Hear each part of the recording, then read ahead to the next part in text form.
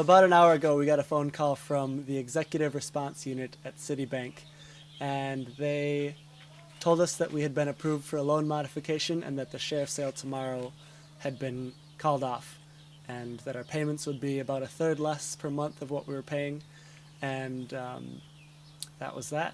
And this is less than 20 hours before the sheriff's sale occurred, so we're incredibly relieved and just thrilled at this outcome. I would say we were pretty thrilled, and I think we had a glass of wine, didn't we? No. No. We were just really happy, and Well, ever since we kicked off the campaign and went public with this, our phone's been ringing off the hook. We've been getting letters multiple times a week from Citibank assuring us that they were working diligently to solve the case. And despite that, it had come down to the final few days here, and so in the last 48 hours, really starting Monday morning, there was an all-out media blitz through social media and videos that went viral and got thousands of signatures from around the country. And that final push, I think, really helped bring Citibank to the table and seal this deal before our home was sold. But they were receiving tons of phone calls into the CEO's office, to his direct line at his office. Had, like I said, thousands of people signing a petition, tweeting at Citibank, sending emails. It was just a mass public pressure campaign right up until the end here, given the urgency that I think brought them to the table. and I'm going to continue to help other people, because nobody should have to live, with constant worry about whether their home is going to be sold. A lot of people are suffering and need to know that it's not, they don't have to give up. So we were really ecstatic to hear the news. I asked them why wait until 20 hours before the sheriff's sale and put our family through all this stress. I mean, obviously, we're incredibly worried, and the prospect of the home that I grew up in, that we've lived in for 16 years, that it could be sold in less than 24 hours, and just not knowing, and I let them know that and asked why they didn't just solve this originally a year ago when this whole thing started. And they said, well, things change over time, the policies change, and now you qualify for a modification. And so, although we're frustrated to have gone through all of this stress and hardship, we're just incredibly glad that Citibank decided to do the right thing and that we're going to stay in our home.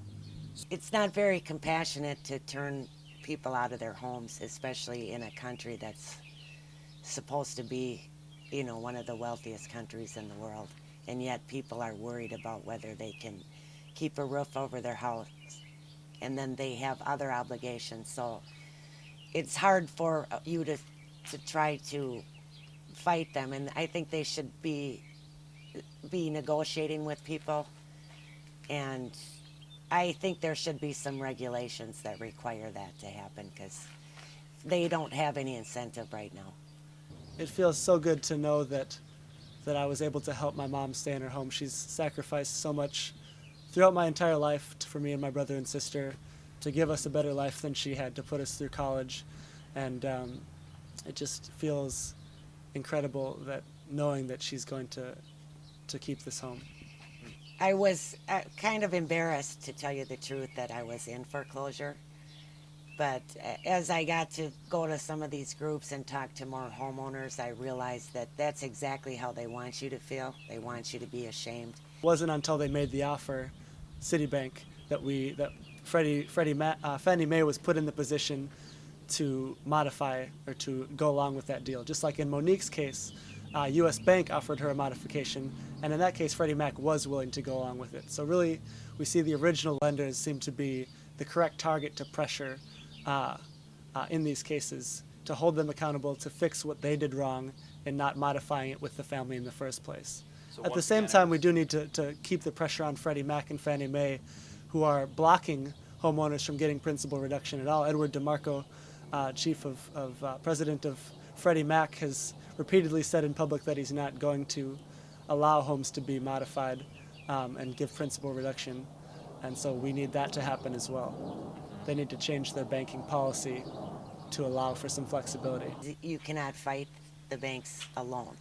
So hopefully we're going to reach people out there, and there's a lot of them out there that are in this situation, and they're daily undergoing stress and, feeling helpless. And what they need to know is if you get involved with others, you're going to have a far better outcome. The Attorney General's office definitely have been a big help in the case.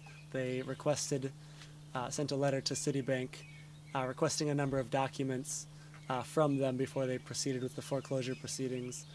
They, in turn, asked for a delay, which would have delayed it until after the sheriff's sale had occurred. So they were, clearly dragging their feet on the Attorney General's request. But I think having that pressure still added to them taking it seriously. Mm-hmm. And also Keith Ellison's office yesterday. Right. They were really helpful as well. They sent a letter, and it was kind of last minute, and they went the extra mile to help us. And the Minnesota Nurses Association, my mom's union, also was incredibly supportive and sent the petition over their website and to supporters, and were willing to also send people, if need be, to come to the sheriff's sale and help us with that. So it was really powerful to see my mom's union standing with one of their workers to protect their home and working with Occupy. I think it's a really important connection that we need to continue in the future. And it's so important that we have this systemic reform and principal reduction to keep everyone in their home, so we don't have to keep having these knock down, drag out fights one by one across the country. But that's exactly what we're going to do until they solve it. It's again this question, just like with Bobby and Monique, if they can fix it for our family, they can and they need to fix it for every family right now that's struggling to stay in their home around the country. If they just reduced homeowners' principal to market value, almost everyone that we've come in contact with could afford to stay in their home. And we're getting a reduction on the monthly payments here that will keep us and our family in the home, and we really hope that this sets an example and that other homeowners get the same deal.